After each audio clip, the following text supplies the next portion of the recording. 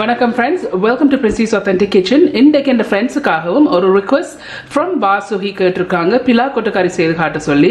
So இன்றைக்கு இந்த பிலா கொட்டக்கறி எப்படி செய்யறேன்னு சொல்லி உங்களுக்கு ஸ்டெப் பை ஸ்டெப் காட்டித்தரேன். நான் அடுப்பை வந்து மீடியம் ஹீட்ல வச்சிருக்கிறேன். இதில் வந்து 2 டேபிள் ஸ்பூன் எண்ணெய் இருக்கு. இந்த எண்ணெயை விடுங்க. இப்போ இந்த எண்ணெயை கொஞ்சம் ஹீட் பண்ண விடுவோம். ஸோ இந்த எண்ணெய் கொஞ்சம் கொதிச்சா பிறகு இதில் வந்து 1/2 டீஸ்பூன் கடுகும் 1/2 டீஸ்பூன் பெருஞ்சீரகம் இருக்கு. இப்போ இதில் போடுங்க. கடுகு கொஞ்சம் வடிக்க விடுவோம்.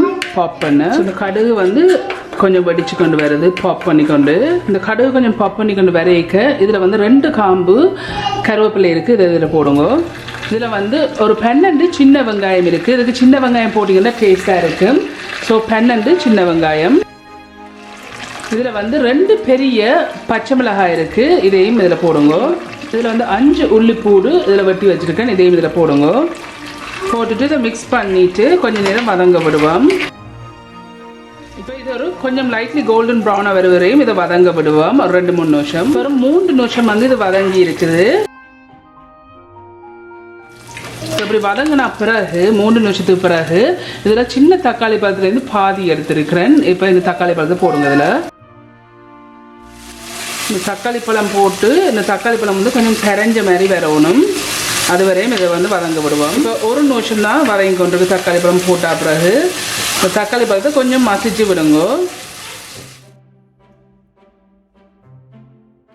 இன்னொரு 2 நிமிஷம் வந்து இதை நல்லா வதங்க விடுவோம். இது 2 நிமிஷமா வதங்கி கொண்டிருக்கு. இந்த 2 நிமிஷத்துக்கு பிறகு மீதியது கொஞ்சம் நான் அடுப்பை வந்து குறைச்சிருக்கிறேன். ஸோ இதில் வந்து 2 டேபிள் ஸ்பூன் கறி பவுடர் இருக்குது. பட் உங்களுக்கு கூட வேணும்னா போடுங்க. ஆனால் கூடுதலாக வந்து இந்த பிலாக்கொட்ட கறிக்கு வந்து கூட ஒரு அப்பா செய்கிறீல. இதில் வந்து 2 டேபிள் ஸ்பூன் திக்கா புளிஞ்ச பழப்புளி இருக்குது. இப்போ இதையும் வந்து விடுங்க. இதில் இதை மிக்ஸ் பண்ணி போட்டு இதில் வந்து 210 கிராம் பிலாக்கொட்டை எடுத்து தோலெல்லாம் ரிமூவ் பண்ணிட்டு இந்த ஸ்கின்னையும் வந்து ரிமூவ் பண்ணியிருக்கு. தேவையான அளவு உப்பு சேருங்க. இதை மிக்ஸ் பண்ணி போட்டு இதில் வந்து 270 ml தண்ணி இருக்குது. இந்த தண்ணியை இப்போ இதில் விடுங்க.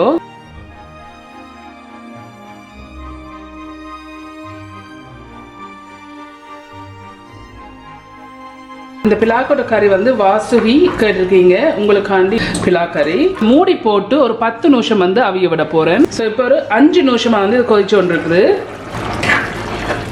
மிக்ஸ் பண்ணிவிட்டு உப்பை வந்து செக் பண்ணி பாருங்க. ஸோ இதை திருப்பி மூடி போட்டு இன்னொரு 5 நிமிஷம் வந்து இதை அவிய விடுவோம். ஸோ இது இப்போ கம்ப்ளீட்டாக 10 மினிட்ஸ் ஆகிட்டுது. இப்போ இதை மிக்ஸ் பண்ணிங்கோ. மிக்ஸ் பண்ணி போட்டு அடுப்பை வந்து இப்போ நான் மீடியத்துக்கும் லோக்கும் இடையில விட்டுருக்கிறேன் வச்சுக்கொண்டு இதில் வந்து முதலாம் பால் இருக்குது 60 ml அல்லாடிக்கு 1/4 கப் முதலாம் பால். இப்போ இதையும் இதில் விடுங்கோ. இதை நல்லா மிக்ஸ் பண்ணி விடுங்கோ. இதை நான் மூடி போட்டு இன்னொரு 10 நிமிஷம் வந்து மீடியத்துக்கு லோ ஹீட்டில் வச்சுக்கொண்டு இதை அவிய விட போகிறேன். இப்போ வந்து கம்ப்ளீட்லி 10 மினிட்ஸ் ஆகிட்டுது. இது நல்லா மிக்ஸ் பண்ணி போட்டு பாருங்க உப்பு காணுமாண்டு கரண்டியில் எடுத்துட்டு இந்த முள்ளு கரண்டியால் இப்படி விட்டு பார்த்தீங்கண்டா இப்படி போனோன்னு சொன்னால் அவிஞ்சிட்டுது. ஸோ உங்களுக்கு இது அவிஞ்ச காணுமென்னு சொன்னால் நீங்கள் இனி அடுப்பை நிப்பாட்டலாம். ஸோ இது வந்து நல்ல இதை வந்து நல்லா அவிஞ்சிட்டுது. ஸோ இப்போ நான் அடுப்பை நிப்பாட்டிட்டேன். இந்த கறி வந்து செய்து முடிஞ்சுது. ஸோ உங்களுக்கு இதை விட எண்ணெய் பிரட்டலாக வேணுமென்று சொன்னால் நீங்கள் எண்ணெய் கொஞ்சம் நேரம் வந்து மீடியத்துக்கும் லோ ஹீட்டில் வச்சு ஒரு 10 மினிட்ஸ் வந்து எண்ணெய் கொதிக்க விடலாம். அப்போ கொஞ்சம் பிரண்டு வரும். ஸோ இப்போ வந்து இந்த கறி செய்து முடிஞ்சுது.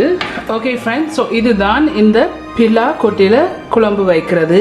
வாசுகி ரிக்வெஸ்ட் பண்ணியிருந்தீங்க. கண்டிப்பாக நீங்கள் ட்ரை பண்ணி பார்த்து நீங்கள் எல்லாரும் ட்ரை பண்ணி பார்த்து எப்படி இருக்குன்னு சொல்லி ஒரு காமெண்ட்ஸ் கீழே விடுங்க.